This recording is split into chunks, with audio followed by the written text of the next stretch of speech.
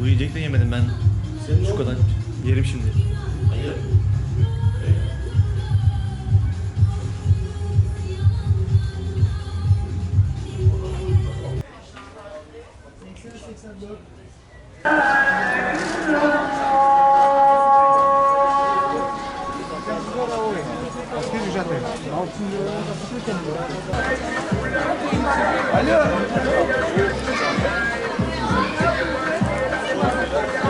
Çarşımızda şu an ufak bir bayram hareketi var. Tabii eski bayramlardaki gibi değil.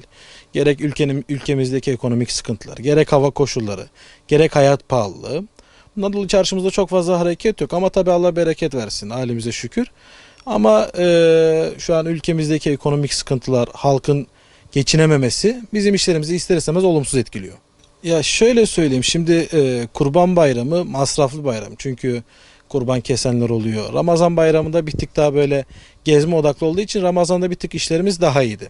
Ve kış bitimiydi Ramazan bayramı. Kurban bayramında şu an evet düşüş var, yok değil. Ama ne, buna da şükür diyoruz biz. Ya şu an bizde ağırlık müslin kumaş dediğimiz %100 pamuk ürünler, keten ürünler. Yani polyester ürünler bir tık daha geride kaldı diyebiliriz. Çünkü havaların ısınmasıyla ister istemez polyester ürünler ter yapabiliyor, koku yapabiliyor. Bizim şu an ağırlık sattığımız müslin kumaş, keten, süprem grubu, bu tarz şeyleri ağırlıklı satıyoruz. İnşallah tabii temennimiz o yönde bir hareket olması. Ama açıkçası çok da hareket olacak gibi gözükmüyor. Yani çarşıda bazen yeri geliyor esnaf siftah bile edemiyor. Ama ne tabii biz beklenti içerisindeyiz. Abicim şu an çok böyle aman aman bayram hareketliliği yok. Hem ülkemizdeki ekonomisindeki sıkıntıdan hem de mevsimsel olarak yaz sezonunun başlamamasından. Şimdi bizim işimiz global sektörde rekabet çok arttı. Özellikle internet satışı, işte her yerde çarşı oluşu ister istemez bizim işlerimizi etkiliyor. Ekonomik krizde bunda en büyük etkilenenlerden biri biziz yani, tekstil piyasası. Ben sadece bayan kıyafeti satıyorum. Daha çok böyle pamuklu, dokuma gruplar bizde daha çok tercih ediliyor. Özellikle yazın hava sıcak olduğu için naylondan daha çok tercih ediliyor, öyle söyleyeyim. Genelde son günlere bırakmamaya çalışıyorlar. Çünkü bu bayram 9 gün tatili verildi. İster istemez insanlar şehri boşaltmaya başladılar. Ama tatil, ama memleket. Yani çok ben bir şey bu saatten sonra da olacağını pek zannetmiyorum yani. Bu şekilde gider yani. Biraz sakin bir bayram geçiriyoruz. Şu anda ara ara bir yoğunluk oluyor ama tabii eski bayramlarımız yok. Eski bayramlar var dersek yalan olur.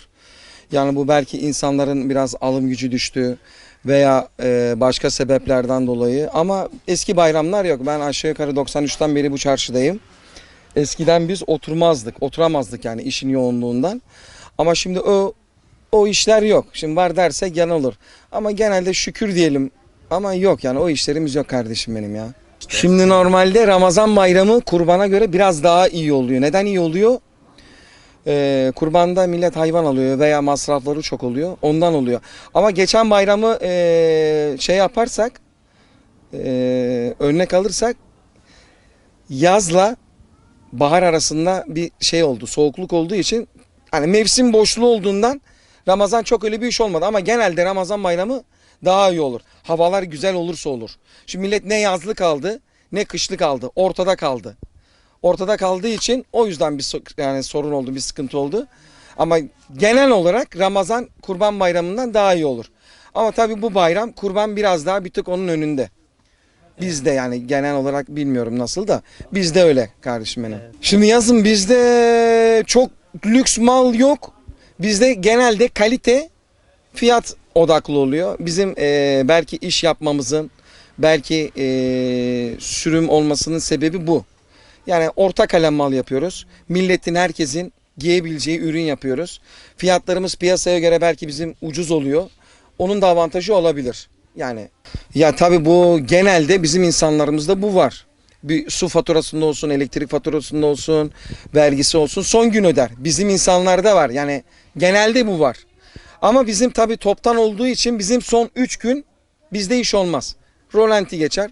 Ama parakendicilerde de son 2 gün, 3 gün iş olur. Gece iş yaparlar.